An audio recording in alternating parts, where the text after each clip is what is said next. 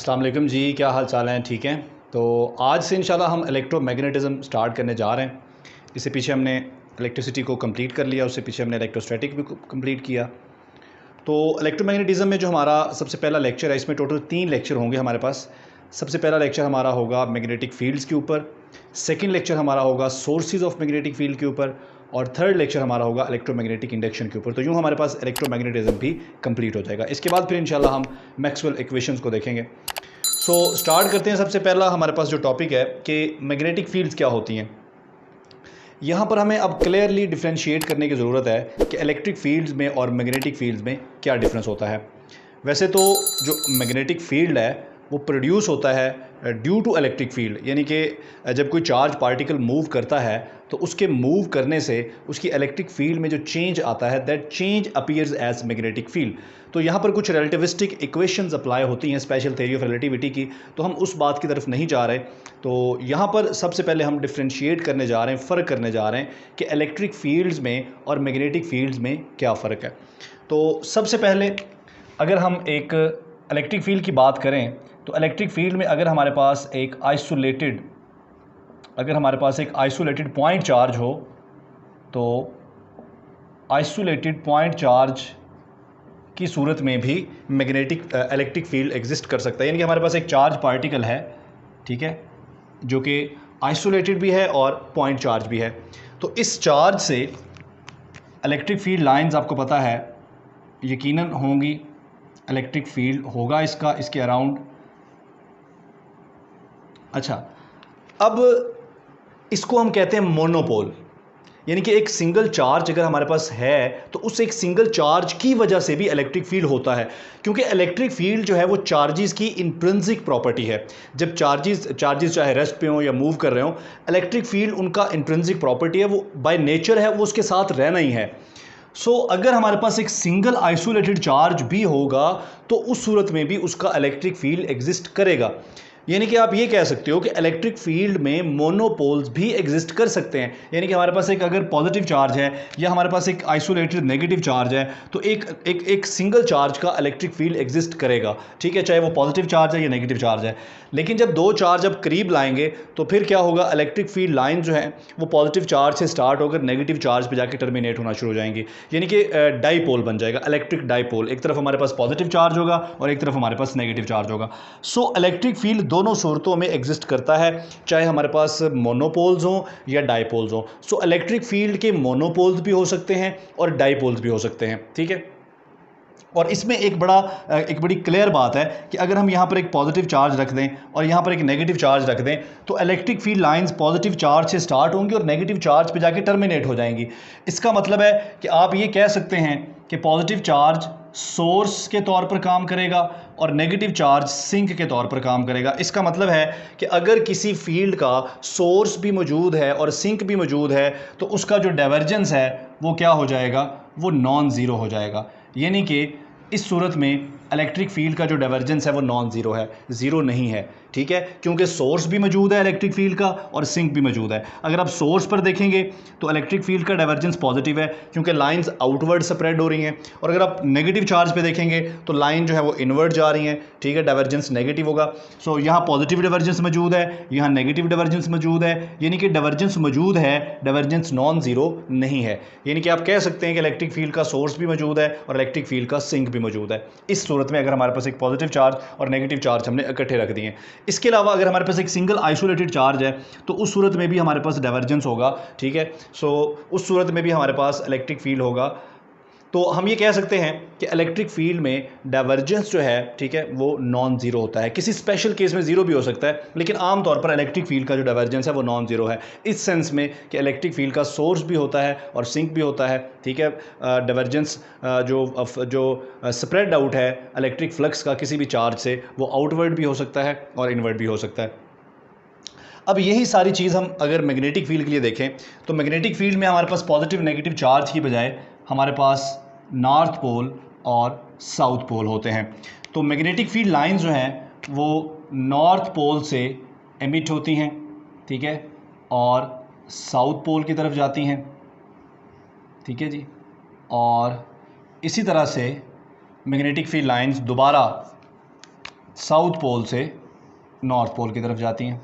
सो magnetic field line जो है वो एक कंप्लीट लूप बनाती हैं, नॉर्थ से साउथ और साउथ से नॉर्थ, नॉर्थ से साउथ, साउथ से नॉर्थ। सो अगर ये एक लूप बनाती हैं तो इस लूप में आप ये नहीं बता सकते कि स्टार्टिंग पॉइंट कौन सा और एंडिंग पॉइंट कौन सा है। आप ये नहीं कह सकते कि मैग्नेटिक फील्ड लाइन जो है वो नॉर्थ पोल से स्टार्ट होती हैं और साउथ पोल पे जाके टर्मिनेट हो जाती हैं, ऐसा मुमकिन नहीं है। इसका मतलब है कि आप यहाँ पर ये नहीं बता सकते कि यहाँ पर कोई मैग्नेटिक फील्ड का सोर्स है या यहाँ पर मैग्नेटिक फील्ड का सिंक है, क्योंकि नॉर्थ पोल से मैग्नेटिक फील्ड लाइंस आउटवर्ड भी जा रही हैं, इनवर्ड भी आ रही हैं, तो नेट फ्लक्स क्या हो जाएगा, जीरो हो जाएगा। इस तरह से जो साउथ पोल है वहाँ पर लाइंस इन भी हो रही हैं, इनवर्ड भी आ रही हैं, आउटवर्ड भी आ रही हैं, तो उसका भी नेट फ्लक्स जीरो हो जाएगा। सो आप नॉर्थ या साउथ पोल को नहीं कह सकते कि ये सोर्स है या सिंक है। इसका मतलब ये हुआ कि मैग्नेटिक फील्ड का अगर डाइवर्जेंस कैलकुलेट किया जाए, so divergence of magnetic field is always zero. ठीक है, इलेक्ट्रिक फील्ड का divergence is not zero, some special cases में हो सकता है, लेकिन मैग्नेटिक फील्ड का डाइवर्जेंस इज ऑलवेज जीरो। इसका मतलब है देयर इज नो सोर्स और sink of magnetic field lines. ठीक है, आप ये नहीं कह सकते वो कहाँ से स्टार्ट हो रही हैं, वो कहाँ पे जाके टर्मिनेट हो रही हैं। इसके अलावा हमने यहाँ पर बात की थी कि अगर हमारे पास सिंगल आइसोलेटेड चार्जेस हों, ठीक है, तो उनकी उस सूरत में भी इलेक्ट्रिक फील्ड एग्जिस्ट कर सकता है, लेकिन मैग्नेटिक फील्ड के साथ ऐसा नहीं है। ठीक है, मैग्नेटिक फील्ड में मोनोपोल्स एग्जिस्ट नहीं करते। ये इक्वेशन भी हमें बता रही है कि ना तो कोई सोर्स है और ना ही कोई सिंक है, इसलिए मोनोपोल्स एग्जिस्ट नहीं करते। यानी कि अगर आप नॉर्थ पोल और साउथ पोल को सेपरेट कर देंगे तो मैग्नेटिक फील्ड नहीं होगा। आप नॉर्थ साउथ पोल को सेपरेट नहीं कर सकते। ठीक है, अब अगर आप हमारे पास कोई मैग्नेट हो, उस मैग्नेट में एक नॉर्थ पोल और एक साउथ पोल हो, अगर हम उस मैग्नेट को उसका जो हाफ पोर्शन है वहाँ से अलग अलग कर दें, तो वो जो नॉर्थ आपने अलग किया और साउथ अलग किया, उन दोनों में दोबारा से नॉर्थ और साउथ पोल बन जाएंगे। यानी कि मैग्नेटिक मोनोपोल्स नहीं एग्जिस्ट कर सकते। नॉर्थ पोल खुद से अकेला नहीं हो सकता और साउथ पोल खुद से अकेला नहीं हो सकता। उसकी वजह क्या है? उसकी वजह ये है कि मैग्नेटिक फील्ड का जो डाइवर्जेंस है इट शुड बी ज़ीरो, ये हमेशा ज़ीरो होगा। सो ये एक बुनियादी फ़र्क हो गया इलेक्ट्रिक फील्ड में और मैग्नेटिक फील्ड में। उसके बाद अगर हम बात कर लें इलेक्ट्रिक फ़ोर्स की और मैग्नेटिक फ़ोर्स की, यानी कि वो फोर्स जो इलेक्ट्रिक फील्ड के साथ एसोसिएटेड है और वो फोर्स जो मैग्नेटिक फील्ड के साथ एसोसिएटेड है। सो इलेक्ट्रिक फ़ोर्स जो है वो क्या कर सकती है, वो चार्जेस को एक्सेलरेट कर सकती है। ठीक है, इलेक्ट्रिक फ़ोर्स जो है ये चार्जेस को एक्सेलरेट कर सकती है और मैग्नेटिक फोर्स भी एक्सेलरेट कर सकती है। लेकिन दोनों के तो हम बात कर रहे थे इलेक्ट्रिक फोर्स और मैग्नेटिक फोर्स की, तो ये दोनों फोर्सेस ही एक्सेलरेट प्रोड्यूस कर सकती हैं, एक्सेलरेशन प्रोड्यूस कर सकती हैं, चार्ज पार्टिकल्स को एक्सेलरेट कर सकती हैं। लेकिन दोनों में फ़र्क ये होता है कि हमारी जो इलेक्ट्रिक फोर्स है, इलेक्ट्रिक फोर्स ये चार्ज पार्टिकल्स की वेलोसिटी का जो मैग्नीट्यूड होता है या स्पीड जो होती है उसको चेंज कर सकती हैं। यानी कि इलेक्ट्रिक फोर्स की वजह से कोई चार्ज पार्टिकल स्लो डाउन भी हो सकता है और उसकी स्पीड बढ़ भी सकती है।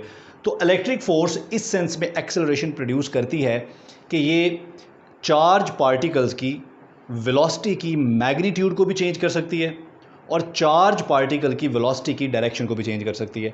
लेकिन जो मैग्नेटिक फोर्स है, मैग्नेटिक फोर्स बिल्कुल सेंट्रीपिटल फोर्स की तरह है। जिस तरह सेंट्रीपिटल फोर्स पार्टिकल्स की वेलोसिटी की मैग्नीट्यूड को चेंज नहीं करती, सिर्फ डायरेक्शन को चेंज करती है। जब मैं वेलोसिटी की मैग्नीट्यूड बोलता हूँ ना, तो इसका मतलब होता है स्पीड। तो मैग्नेटिक फोर्स जो है ये स्पीड को चेंज नहीं करती, ये डायरेक्शन को चेंज कर सकती है और इसका जो एक्सेलरेशन है वो डायरेक्शन में चेंज की वजह से प्रोड्यूस होता है। यानी कि अगर किसी चार्ज पार्टिकल को आप मैग्नेटिक फील्ड में एंटर करेंगे तो उस पर जब मैग्नेटिक फोर्स लगेगी तो ऑब्वियसली उसमें एक्सेलरेशन प्रोड्यूस होगा। अब वो एक्सेलरेशन उसकी स्पीड की चेंज की वजह से नहीं है, बल्कि उसके डायरेक्शन की चेंज की वजह से है। ठीक है, उसके बाद इलेक्ट्रिक फोर्स जो है ये वर्क करती है, ऑब्वियसली करती है। ठीक है, लेकिन सिर्फ उस सूरत में नहीं करेगी जब ये परपेंडिकुलर होगी डायरेक्शन ऑफ डिस्प्लेसमेंट के। लेकिन मैग्नेटिक फोर्स जो है it is always perpendicular to the direction of motion.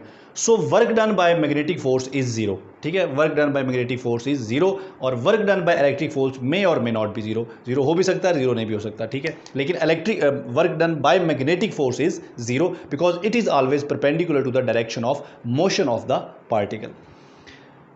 So magnetic field अब प्रोड्यूस कैसे होती है, इस स्लाइड के मुताबिक हम चीज़ों को देख लेते हैं अब कि मैग्नेटिक फील्ड प्रोड्यूस कैसे होती है।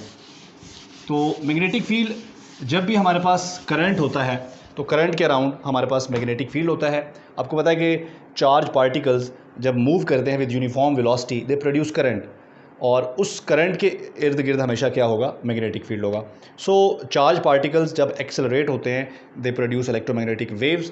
लेकिन याद रखें जब भी चार्ज पार्टिकल मूव करेंगे विद यूनिफॉर्म वेलोसिटीज़ तो वो करंट प्रोड्यूस करेंगे, और करंट के अराउंड हमेशा क्या होगा, करंट के अराउंड हमेशा मैग्नेटिक फील्ड होगा।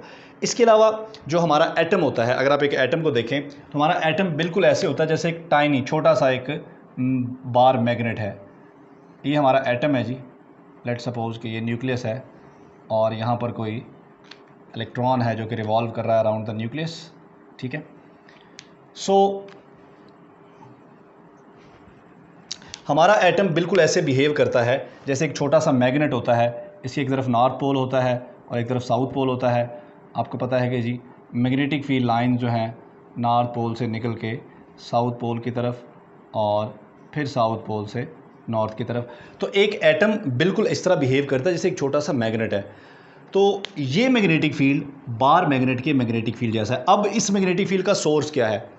इस मैग्नेटिक फील्ड का सोर्स एक तो ये इलेक्ट्रॉन का मोशन है, ठीक है, इलेक्ट्रॉन मूव कर रहा है अराउंड द न्यूक्लियस और ये बिल्कुल ऐसे है जैसे एक करंट लूप है, क्योंकि इलेक्ट्रॉन का फ्लो करना करंट है।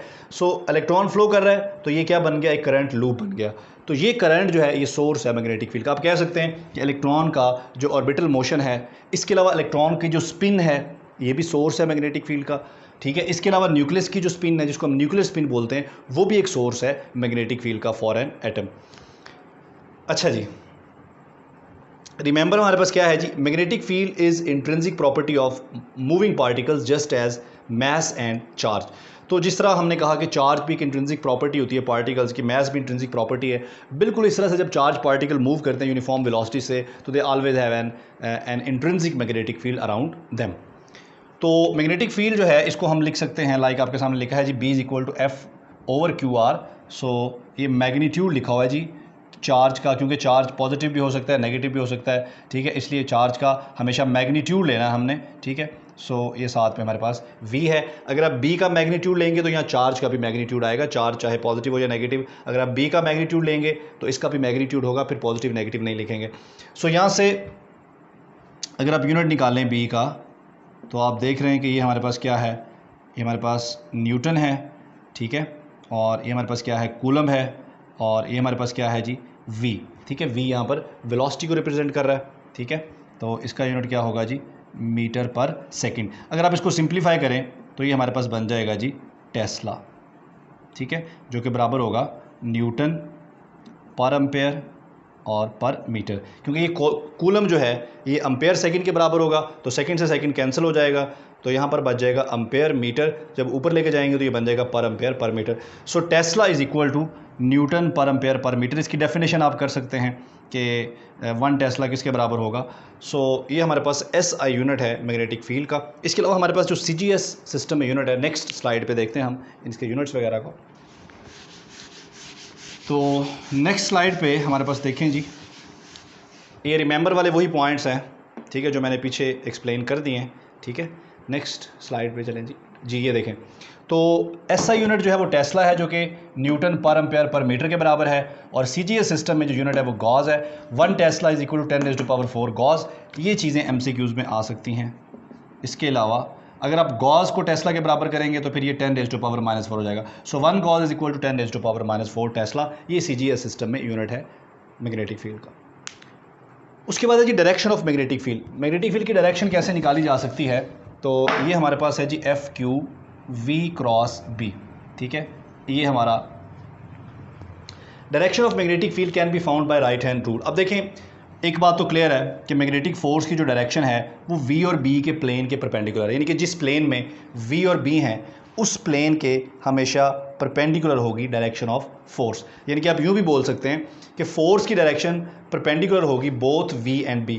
V is the velocity of charge particle and B is the magnetic field.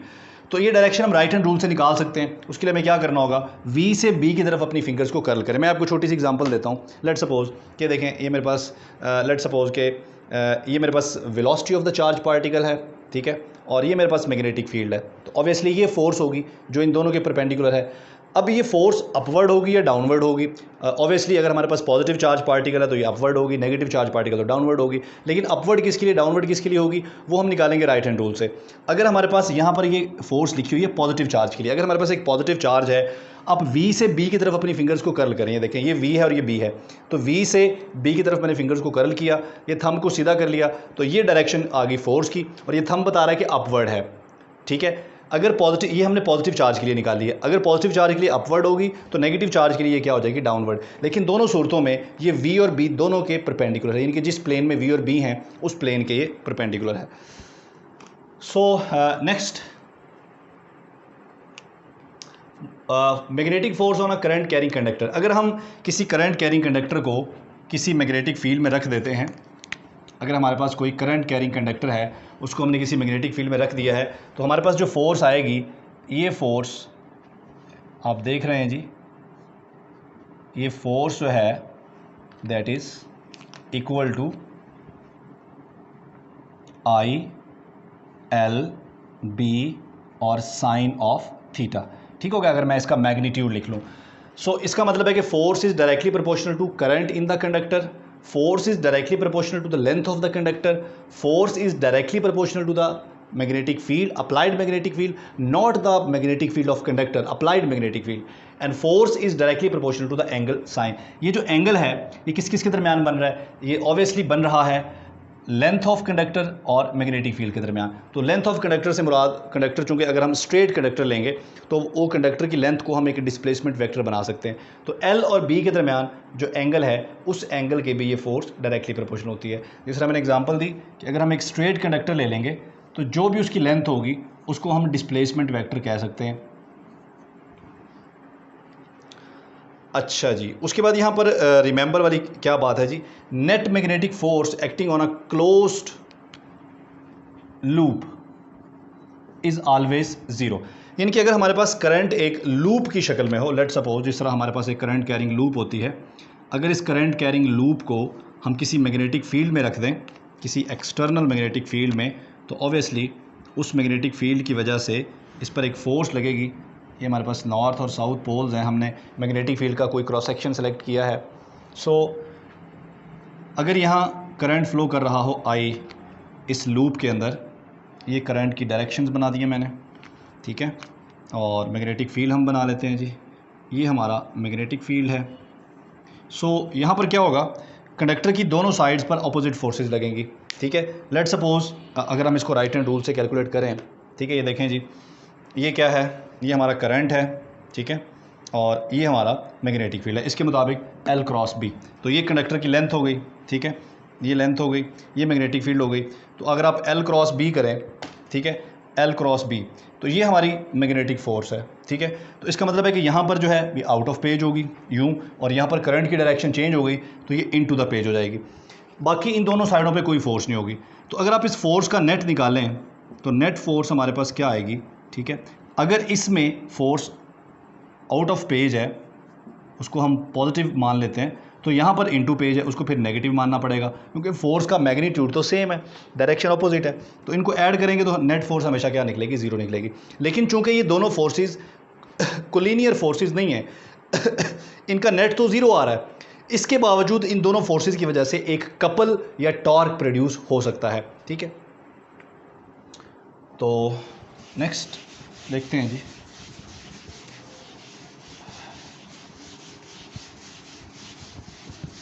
Next हमारे पास है जी torque on a current carrying loop. ये लूप मैंने अभी बनाया हुआ था और मैंने आपको बताया कि अगर हमारे पास वो जो फोर्सेस लग रही हैं, हालांकि उनका नेट फोर्स ज़ीरो है, लेकिन चूंकि दोनों फोर्सेस कोलिनियर फोर्सेस नहीं हैं, ठीक है, उनका लाइन ऑफ एक्शन सेम नहीं है, तो दोनों फोर्सेस मिलकर क्या प्रोड्यूस करेंगी, टॉर्क प्रोड्यूस करेंगी। यानी कि अगर हमारे पास, ठीक है, ये देखें, ये हमारे पास कॉइल है, अगर एक फोर्स यहाँ आउट ऑफ पेज है और दूसरी इनटू पेज है, तो ये दोनों फोर्सेस मिलके क्या करेंगी, कॉइल को रोटेट करवा देंगी मैग्नेटिक फील्ड के अंदर। सो एक टॉर्क या एक कपल प्रोड्यूस हो जाएगा। इस टॉर्क या कपल को हम फाइंड आउट कर सकते हैं with the formula NIAB cos theta, ठीक है। इसमें ये जो हमारा N है नंबर ऑफ टर्न्स कॉइल के ऊपर, I उसमें फ्लो होने वाला करंट, A उसका जो एरिया ऑफ क्रॉस सेक्शन है, और B हमारा अप्लाइड मैग्नेटिक फील्ड है। ये जो एंगल है, ये एंगल बेसिकली हमारा प्लेन ऑफ कॉइल और मैग्नेटिक फील्ड के दरमियान है। ये हमारा प्लेन है कॉइल का और ये हमारा मैग्नेटिक फील्ड है। इस सूरत में आप देखें ये एंगल 0 बन रहा है, क्योंकि जो मैग्नेटिक फील्ड है वो कॉइल के प्लेन में ही है, या आप यूँ भी कह सकते हैं कि कॉइल का प्लेन जो है वो मैग्नेटिक फील्ड में ही है। सो इस सूरत में एंगल 0 बन रहा है, तो ये हमारा फार्मूला रिड्यूस होकर रह जाएगा NIAB सिंपली। लेकिन ऐसे भी सिचुएशन हो सकती है कि हमारी जो कॉइल है वो मैग्नेटिक फील्ड के साथ कुछ ना कुछ एंगल बना रही हो, यूँ पड़ी हो कॉइल, ठीक है। तो इस सूरत में आप देखें ये हमारी फ़र्ज़ कर लें कि मैग्नेटिक फील्ड लाइन है, तो यहाँ पर अब हमारी कॉइल एंगल थीटा बना, कॉइल का प्लेन जो है वो एंगल थीटा बना रहा है। सो अगर कॉइल का प्लेन मैग्नेटिक फील्ड में ही हो या कॉइल का प्लेन मैग्नेटिक फील्ड लाइंस के पैरेलल हो, जैसा कि यहाँ पर है, तो फार्मूला सिंपल NIAB होगा। लेकिन अगर कॉइल का प्लेन कुछ ना कुछ एंगल बना रहा हो, कॉइल का प्लेन ऐसे ना हो, थोड़ा टिल्टेड हो, यूँ करके हो, तो इस सूरत में ये एंगल थीटा बन रहा है, तो उस सूरत में हमारे पास जो फार्मूला होगा वो NIAB cos थीटा होगा। ठीक हो गया जी। तो ये है जी torque on a current carrying coil in a magnetic field. उसके बाद हमारे पास है जी मैग्नेटिक डायपोल मोमेंट। हमने इससे पहले पढ़ा है इलेक्ट्रिक डायपोल मोमेंट। तो इलेक्ट्रिक डायपोल मोमेंट हमारे पास क्या था, P = QD, ठीक है। यानी कि अगर आप किसी इलेक्ट्रिक डायपोल को किसी इलेक्ट्रिक फील्ड में रखते हो तो उसमें ऑब्वियसली क्या होगा, उसमें टॉर्क प्रोड्यूस होगा या उसमें रोटेशन होगी। सिमिलरली अगर हमारे पास एक मैग्नेटिक डायपोल हो, मैग्नेटिक डायपोल कैसे बनता है, हमारे पास एक नॉर्थ पोल हो, एक साउथ पोल हो, जिस तरह एक पॉजिटिव चार्ज नेगेटिव चार्ज होता है, इस तरह हमारे पास जो भी सब्सटेंस अंडर कंसिड्रेशन है, कोई कंडक्टर है उसका एक नॉर्थ पोल हो एक साउथ पोल हो, अगर ऐसे कंडक्टर को हम एक्सटर्नल मैग्नेटिक फील्ड में रखते हैं तो ऑब्वियसली उसमें भी टॉर्क प्रोड्यूस होता है, उसमें भी रोटेशन होती है। सो हमने यहाँ पर ये हमारा इलेक्ट्रिक डायपोल मोमेंट है, तो मैग्नेटिक डायपोल मोमेंट को हम म्यू से रिप्रेजेंट करते हैं और क्यू की जगह यहाँ पर आई आ जाएगा और डी की जगह एरिया आ जाएगा। सो ये दोनों इक्वेशन जो हैं ये एनालॉगस इक्वेशंस हैं। आप देख रहे हैं ये हमारे पास electric dipole moment, magnetic dipole moment. Electric dipole moment में हमारे पास चार्ज है, मैग्नेटिक डायपोल मोमेंट में करंट है। इलेक्ट्रिक डायपोल मोमेंट में हमारे पास डी है और मैग्नेटिक डायपोल मोमेंट में हमारे पास एरिया है। इस तरह से जो टार्क है, ठीक है, इसको हम लिख सकते हैं टॉर्क = म्यू क्रॉस बी। इस तरह से हम टार्क को लिख सकते हैं टॉर्क = P क्रॉस ई। ये हमारे पास टॉर्क होगा इलेक्ट्रिक डायपोल मोमेंट के लिए और ये हमारे पास टॉर्क होगा मैग्नेटिक डायपोल मोमेंट के लिए। तो ये इक्वेशन इलेक्ट्रिसिटी के लिए और ये इक्वेशन मैग्नेटिज्म के लिए। इस तरह से पोटेंशियल एनर्जी जो है उसको भी हम लिख सकते हैं पोटेंशियल एनर्जी = -μ.B, ठीक है, dot product of magnetic dipole moment and magnetic field. So magnetic dipole moment is very very important concept in physics, ठीक है। इसकी मदद से हम डिफ्रेंशिएट कर सकते हैं बहुत सारे पार्टिकल्स में। सो नेक्स्ट इंशाल्लाह इसके ऊपर हम बात करेंगे मैग्नेटिक डायपोल मोमेंट के ऊपर तफसील के साथ। अभी सिंपली हमने उसकी डेफिनेशन और उसका जो फार्मूला है उसको देखा है। अच्छा, इसका जो यूनिट है मैग्नेटिक डायपोल मोमेंट का, ठीक है जी, वो भी बड़ा इंपॉर्टेंट है। नेक्स्ट मूव करते हैं जी।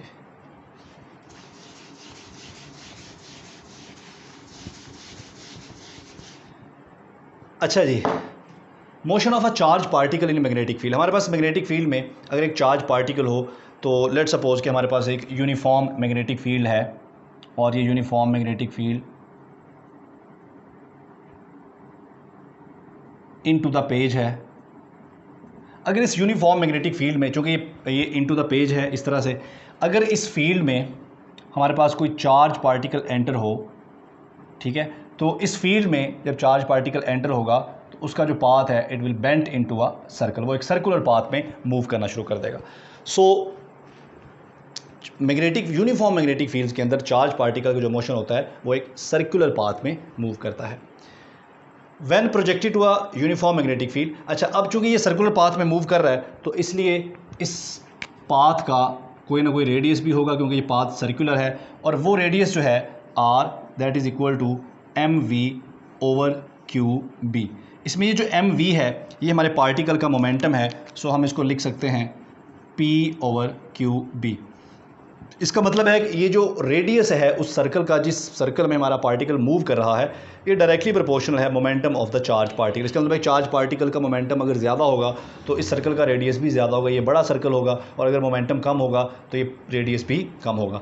इस रेडियस को हम सम टाइम लार्मर रेडियस भी बोलते हैं। लार्मर रेडियस जो है आप देख रहे हैं कि इन्वर्सली प्रोपोर्शनल है चार्ज के मैग्नीट्यूड के। इसका मतलब है कि अगर चार्ज का मैग्नीट्यूड ज़्यादा होगा तो ये रेडियस जो है ये कम हो जाएगा, और अगर चार्ज का मैग्नीट्यूड कम होगा तो ये रेडियस ज़्यादा हो जाएगा। इस तरह अप्लाइड मैग्नेटिक फील्ड है, अगर अप्लाइड मैग्नेटिक फील्ड स्ट्रॉन्ग होगा तो इसका रेडियस कम हो जाएगा, और अगर अप्लाइड मैग्नेटिक फील्ड वीक होगा तो ये रेडियस ज़्यादा हो जाएगा। इसके अलावा अगर चार्ज पॉजिटिव होगा तो ये जो हमने, अगर चार्ज पॉजिटिव होगा लेट सपोज, और अगर पॉजिटिव चार्ज होने से ये क्लॉकवाइज लूप बन रहा है, ये पार्टिकल क्लॉकवाइज डायरेक्शन में मूव कर रहा है, ठीक है, तो नेगेटिव चार्ज होने पर ये एंटी क्लॉकवाइज मूव करेगा। या ऑपोजिट हो सकता है कि अगर चार्ज पॉजिटिव है, क्योंकि ये फार्मूला हमने पॉजिटिव चार्ज के लिए डिफाइन किया है, अगर चार्ज पॉजिटिव है और पार्टिकल एंटी क्लॉकवाइज मूव कर रहा है तो नेगेटिव चार्ज की वजह से वो उसका जो पाथ है, वो उसका जो लूप है वो क्लॉकवाइज हो जाएगा। सो ये रिलेशन है ये लार्मर रेडियस में, उसके साथ पार्टिकल के मोमेंटम में, पार्टिकल के चार्ज में, और अप्लाइड मैग्नेटिक फील्ड में। अच्छा जी, नेक्स्ट हम देखते हैं जी साइक्लोट्रॉन फ्रीक्वेंसी। साइक्लोट्रॉन कॉन्सेप्ट बड़ा इंपॉर्टेंट है। हमारे जो पार्टिकल एक्सेलरेटर्स होते हैं वहाँ पर हम पार्टिकल्स के साथ जो एक्सपेरिमेंट्स करते हैं to study different interaction between the elementary and non elementary particles, तो वहाँ पर साइक्लोट्रॉन फ्रीक्वेंसी बड़ी इंपॉर्टेंट होती है। साइक्लोट्रॉन फ्रीक्वेंसी क्या है? वो एंगुलर स्पीड या फ्रीक्वेंसी जिसके साथ पार्टिकल रिवॉल्व करता है इन अ सर्कुलर पाथ जब भी वो किसी यूनिफॉर्म मैग्नेटिक फील्ड में एंटर होता है। तो ये फ्रीक्वेंसी जो है दैट इज़ QB/m। इसका मतलब है ये फ्रीक्वेंसी डायरेक्टली प्रोपोर्शनल होगी चार्ज के, डायरेक्टली प्रोपोर्शनल होगी मैग्नेटिक फील्ड के, और इन्वर्सली प्रोपोर्शनल होगी मास के। इसका मतलब है कि अगर हमारे पास एक हैवी पार्टिकल हो, ठीक है, तो उस हैवी पार्टिकल की जो फ्रीक्वेंसी है वो क्या होगी? कम होगी। और अगर हमारे पास एक लाइटर पार्टिकल हो तो उसकी फ्रीक्वेंसी क्या होगी? ज़्यादा, यानी कि वो तेज़ी से जो है वो मूव करेगा सर्कुलर पाथ में, या वो उसकी जो एंगुलर मोशन है या उसकी जो एंगुलर स्पीड है वो ज़्यादा होगी, ठीक है, अगर उसका मास कम होगा, ठीक है, और अगर उसका मास ज़्यादा होगा तो उसकी एंगुलर स्पीड या फ्रीक्वेंसी कम होगी। सो यहाँ से हम कंपैरिजन जिस तरह पहले मैंने आपको सिखाए हैं, तो यहाँ पर भी आप कंपैरिजन बना सकते हैं, ठीक है। अगर हमारे पास फ्रीक्वेंसी सेम हो दो डिफरेंट पार्टिकल्स की, तो उनमें जो लाइटर है, ठीक है, पार्टिकल्स, तो ये हम यहाँ पर इसको बना के लिख लेते हैं जी। अगर हमारे पास दो चार्ज पार्टिकल्स की फ्रीक्वेंसी सेम होगी, तो लेट सपोज कि उनकी फ्रीक्वेंसी सेम है और उन पर चार्ज भी सेम है, तो मैग्नेटिक फील्ड और मास क्या हो जाएंगे? डायरेक्टली प्रोपोर्शनल हो जाएंगे, ठीक है। B ज़्यादा होगा, B ज़्यादा होगा, अगर M ज़्यादा होगा तो B भी ज़्यादा करना पड़ेगा, M कम होगा तो B भी कम करना पड़ेगा। सो इसी तरह से अगर दो पार्टिकल्स का मास सेम हो तो जो चीज़ सेम होगी उसको साइड पे निकाल लें, ये हमारे पास बन जाएगा QB/ω। तो ये कंपैरिजन भी हम कर सकते हैं। अगर दो पार्टिकल्स जिनका मास सेम है, उनका चार्ज भी सेम है, तो क्या होगा? अगर मैग्नेटिक फील्ड आप ज़्यादा करेंगे तो उनकी एंगुलर स्पीड ज़्यादा हो जाएगी, ठीक है। अगर आप मैग्नेटिक फील्ड कम करेंगे तो उनकी एंगुलर स्पीड कम हो जाएगी, ठीक है। क्लियर हो गया जी। सो इस तरह से ये डिफरेंट रिलेशन, जैसे मैंने आपको बार बार पिछले लेक्चर्स में, हर लेक्चर में ये सिखाए हैं, तो ये अब आप आई थिंक आपको एक्सपर्ट हो जाना चाहिए, आप खुद इनको कर सकेंगे। इस तरह हमारे पास टाइम पीरियड है कि एक वो रेवोल्यूशन कंप्लीट करने में कितना टाइम लगता है हमारा चार्ज पार्टिकल। सो ये हम निकाल सकते हैं बाय 2πm/QB। इसमें m मास है, Q चार्ज है और B मैग्नेटिक फील्ड। आप देख रहे हैं अगर उसका मास ज़्यादा होगा तो वो ज़्यादा टाइम लेगा, मतलब वो स्लो मूव कर रहा होगा, ठीक है। उसके बाद क्या रिमेंबर करने वाला है जी? If velocity of a particle is not perpendicular to field its path is helix. अगर हमारा चार्ज पार्टिकल इस तरह से एंटर होता है मैग्नेटिक फील्ड में कि उसकी वेलोसिटी कोई भी आर्बिट्रेरी एंगल बना रही है मैग्नेटिक फील्ड के साथ, तो हमारे चार्ज पार्टिकल का जो पाथ है वो एक हेलिक्स जैसा बन सकता है। इस सूरत में ये हेलिक्स जब बनेगा तो हेलिक्स बनने के बाद इसकी ओरिएंटेशन इस तरह से हो जाएगी कि हमारा मैग्नेटिक फील्ड जो है उसकी डायरेक्शन एक्सिस ऑफ हेलिक्स के अलॉन्ग हो जाएगी, ठीक हो गया। उसके बाद हमारी ठीक है जी, ये बात भी हो गई है। नेक्स्ट मूव करते हैं जी। नेक्स्ट हमारे पास है जी हॉल इफ़ेक्ट। हॉल इफ़ेक्ट क्या है? अगर हमारे पास एक कंडक्टर हो, लेट सपोज कि हमारे पास ये कंडक्टिंग स्लैब है और इस कंडक्टिंग स्लैब में करंट फ्लो कर रहा है, लेट सपोज कि ये करंट की डायरेक्शन है, ठीक है। और अब हम ये करते हैं कि यहाँ दो एंड्स जो हैं इस स्लैब के, इसको हम किसी वोल्ट मीटर के साथ कनेक्ट कर देते हैं। अच्छा जी, ये हमारा करंट है जो फ्लो कर रहा है इस डायरेक्शन में, ठीक है। और इस पूरे सेटअप को आप एक मैग्नेटिक फील्ड में रखें जो इसके प्लेन के परपेंडिकुलर हो, यानी कि आप इनटू द पेज ले लें मैग्नेटिक फील्ड या आउट ऑफ पेज जैसे मर्जी ले लें। सो हम into the page magnetic field भी ले लेते हैं। तो अगर कोई कंडक्टर आपने मैग्नेटिक फील्ड में इस तरह से रखा हो कि जो करंट है वो मैग्नेटिक फील्ड के परपेंडिकुलर हो, तो ऐसा करने से कंडक्टर की ये जो एजेस हैं, ठीक है, इन एजेस में एक पोटेंशियल डिफरेंस प्रोड्यूस हो जाएगा। वो पोटेंशियल डिफरेंस मैग्नेटिक फील्ड और करंट दोनों के परपेंडिकुलर होगा। यानी कि अगर ये करंट है, ठीक है, तो इस कंडक्टर की जो ये वाला एज है, ये वाली साइड है, यहाँ पर पॉजिटिव चार्ज आना शुरू हो जाएगा और यहाँ पर नेगेटिव चार्ज आना शुरू हो जाएगा। तो एक पोटेंशियल डिफरेंस प्रोड्यूस हो जाएगा। ये पोटेंशियल डिफरेंस करंट के और मैग्नेटिक फील्ड के दोनों के परपेंडिकुलर होगा। अब यहाँ पर ये क्वेश्चन हो सकता है कि जी पोटेंशियल डिफरेंस की तो स्केलर है, उसकी तो डायरेक्शन ही नहीं होती। उसकी डायरेक्शन से मुराद इलेक्ट्रिक फील्ड की डायरेक्शन है। तो यहाँ पर जो इलेक्ट्रिक फील्ड प्रोड्यूस होगा, आप देख रहे हैं कि ये इलेक्ट्रिक फील्ड परपेंडिकुलर है करंट के और मैग्नेटिक फील्ड दोनों के। सो इसे कहते हैं हॉल इफेक्ट। और ये जो पोटेंशियल डिफरेंस प्रोड्यूस हुआ है कंडक्टर के आउटर एजेस के दरमियान, ठीक है, ये पोटेंशियल डिफरेंस कहलाता है हॉल वोल्टेज। तो यहाँ इक्वेशंस हमने लिखी हैं। हॉल फील्ड जो है, इलेक्ट्रिक फील्ड को हम हॉल फील्ड कह रहे हैं, वो ड्रिफ्ट वेलोसिटी ऑफ पार्टिकल्स और मैग्नेटिक फील्ड के बराबर है, उनके प्रोडक्ट के बराबर है। इस तरह से हॉल वोल्टेज की इक्वेशन लिखी हुई है, ड्रिफ्ट वेलोसिटी की इक्वेशन लिखी हुई है। तो अगर ये ड्रिफ्ट वेलोसिटी की वैल्यू हम यहाँ पर और यहाँ पर दोनों जगह पर पुट कर दें, तो हमारे पास जो हॉल वोल्टेज है वो I B D over N Q A के बराबर आएगा। आई करंट है, बी मैग्नेटिक फील्ड है और डी जो है ये इसकी विड्थ है हमारे कंडक्टर की। ये हमारे पास है जी Hall coefficient 1 over N Q, ठीक है। इसका यूनिट जो है ऑब्वियसली पर कूलम होगा। तो हॉल वोल्टेज को अगर हम ये 1 ओवर एन क्यू को हॉल कोफिशिएंट में कन्वर्ट कर दें, तो हमारा ये जो हॉल वोल्टेज है इसको लिख सकते हैं R H over B T, ठीक है जी। ये देखें जी, हमारे पास ये हॉल वोल्टेज जो है that is I B D over N Q A. तो इसमें हमारे पास जो ये 1 ओवर एन क्यू है, ये हमारे पास बन जाएगा हॉल कोफिशिएंट।